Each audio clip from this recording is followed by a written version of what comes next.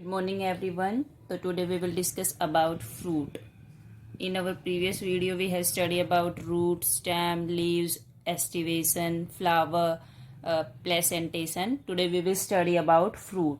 So fruit it is formed after fertilization. It is the characteristics feature of the flowering plant.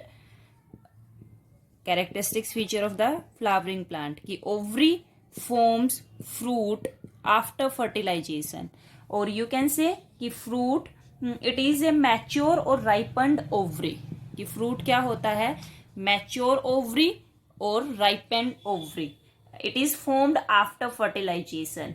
If fruit is formed without fertilization of the ovary, it is called parthenocarpic fruit. कि एक fruit होता है parthenocarpic fruit. तो parthenocarpic fruit is that fruit which is formed without fertilisation.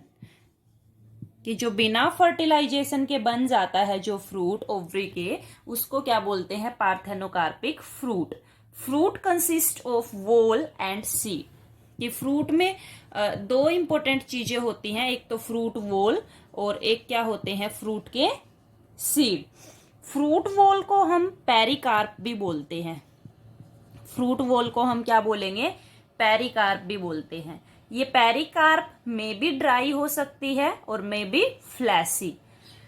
Pericarp क्या हो सकती है, dry और फ्लैसी. फ्लैसी मतलब जूसी. तो देखिए फ्रूट के दो पार्ट्स हैं, वाल है, वाल को पेरिकार्प बोलते हैं, और फ्रूट के अंदर क्या होते हैं, सीड्स. पेरिकार्प ड्राई और फ्लैसी हो सकती है. अगर पेरिकार्प थिक और फ्लैसी है, कि if pericarp is thick and fleshy then it is differentiated into 3 parts. तो ये 3 पार्ट्स में डिवाइडेड है, epicarp, mesocarp and the endocarp. Epi outer, meso middle and endo inner. ठीक है. अगर पेरिकार्प क्या है, थिक एंड फ्लैसी, तो it is differentiated into outer epicarp, middle mesocarp and the inner endocarp. जो मैंगो और जो कोकोनट का जो फ्रूट है, मैंगो और किसका, कोकोनट का, उसके फ्रूट को क्या बोलते हैं, ड्रूप. किस किस के फ्रूट को, मैंगो एंड द कोकोनट, इनके फ्रूट को क्या बोलते हैं, ड्रूप बोलते हैं. क्या बोलते हैं, drupe. Because they developed from the monocarpellary superior ovary and one seeded. इन दोनों के केस में ये दोनों फ्रूट कैसे बनते हैं, मोनोकार्पेलरी, कि एक ही कार्पल होगा, सुपीरियर ओवरी, किससे, किस टाइप की ओवरी से, सुपीरियर ओवरी, और वन सीडेड, ये क्या होते हैं, एक ही सीड होता है इन दोनों फ्रूट्स के अंदर. मैंगो की जो पेरिकार्प होती है वो वेल डिफरेंशिएटेड होती है. आउटर एपिकार्प, मैंगो तो सभी खाते हो ना, देख तो सभी ने ही रखा है. जो आउटर उसका जो छिलका होता है, जो वो क्या होता है, जो थिन छिलका होता है, एपिकार्प. मिडल जो पार्ट आप खाते हो, जो जूसी, जो एडिबल पार्ट है, वो क्या है, मीजोकार्प है. ठीक है, जो पार्ट हम खाते हैं. और जो अंदर जिसको आप गुठली बोलते हो, जो सीड है, हार्ट, वो क्या है, एंडोकार्प. वो क्या है, एंडोकार्प. तो मैंगो आप सभी ने देख रखा है, इस टाइप से होगी. एंड कोकोनट में, कोकोनट भी क्या है, ड्रूप है, और इसकी मीजोकार्प कैसी होती है, फाइब्रस. आप उसमें जो दिखाई देते हैं आपको फाइबर्स लाइक सबसे बाहर, वो तो क्या होती है, उसकी एपिकार्प. और फिर वो बहुत ही सॉलिड सा निकलता है, वो क्या होती है, उसकी मीजोकार्प. और जो उसका एडिबल पार्ट होता है वो क्या होता है, एंडोकार्प, उसका सीड. जैसे डायग्राम में भी शो है यहाँ पे, ये जो छिलका है ये एपिकार्प है, जो पार्ट आप खाते हो वो मीजोकार्प, और इसके अंदर का जो सीड है वो क्या है, एंडोकार्प. ऐसे ही इसके केस का है. ठीक है. तो ये फ्रूट के बारे में किया हमने, कि फ्रूट में एक तो वाल होती है पेरिकार्प, जिसके फर्दर 3 पार्ट्स होते हैं, और एक होता है सीड. तो सीड किससे बनता है, सीड भी आफ्टर फर्टिलाइजेशन से बनता है. और सीड किससे बनता है, ओव्यूल से बनता है. जितने ओव्यूल होते हैं उतने ही क्या बनते हैं, सीड बनते हैं. तो सीड के अंदर क्या क्या होगा, सीड कोट. सीड कोट मतलब जो सीड की लेयर है. सेकंड क्या होगा, एम्ब्रियो.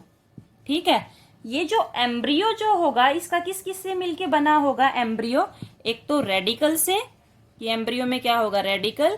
दूसरी एम्ब्रियोनल एक्सिस, दूसरी क्या होगी एम्ब्रियोनल एक्सिस, और इसमें या तो 1 कोटिलीडन होगी या 2 कोटिलीडन। ये हम बात करेंगे अभी कोटिलीडन की।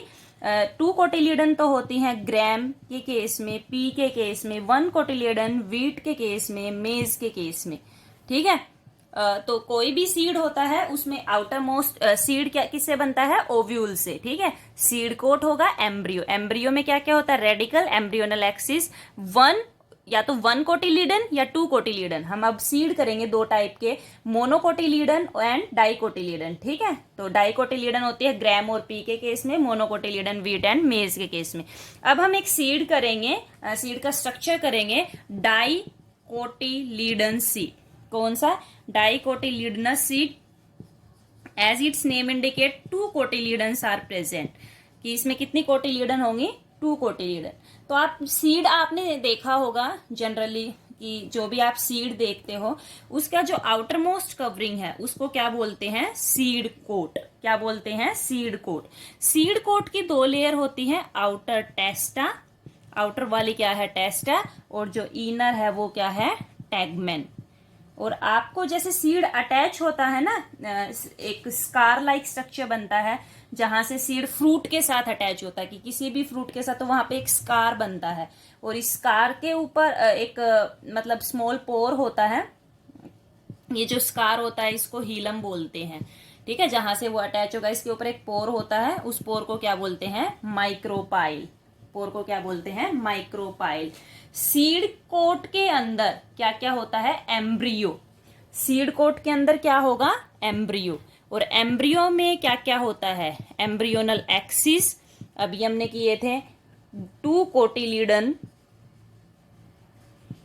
ठीक है, तो ये कोटिलीडन जो है ना ये फ्लैसी होती है और फूड रिजर्व मटेरियल होता है। इसमें क्या होता है, फूड रिजर्व मटेरियल, कि ये सीड को नरिशमेंट प्रोवाइड करती है। जो एम्ब्रियोनल एक्सिस है इसके एक ब्रांच से तो प्ल्यूम्यूल निकलता है और दूसरे से क्या निकलता है, रेडिकल। रेडिकल से रूट बनती है, प्ल्यूम्यूल से क्या बनता है, सूट बनता है। अब जब फर्टिलाइजेशन होता है, कि जो ये सीड होते हैं, कुछ सीड हैं जैसे कैस्टर,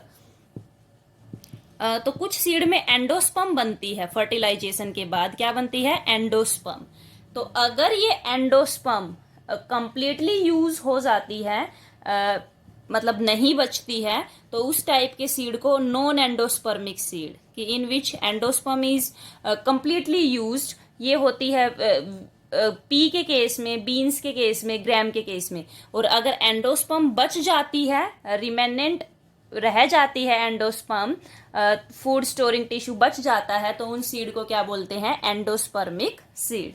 देखिए ये डायग्राम है सीड का, कि ये हीलम है, ये इसके ऊपर माइक्रोपाइलैंड है, ये 2 कोटिलीडन है, इनके अंदर रिजर्व फूड होता है जो सीड को नरिशमेंट करती है। ये एम्ब्रियोनल एक्सिस है, इसके ऊपर से प्ल्यूम्यूल निकलता है जिससे क्या बनेगा, सूट या स्टेम। नीचे रेडिकल निकलता है जिससे क्या बनेगा, रूट बनेगा। एंडोस्पर्म होती है सीड में, कुछ में होती है, बनती है जो डबल फर्टिलाइजेशन से।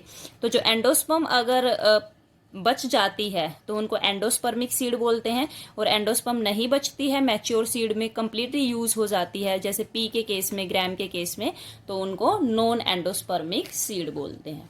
Thank you.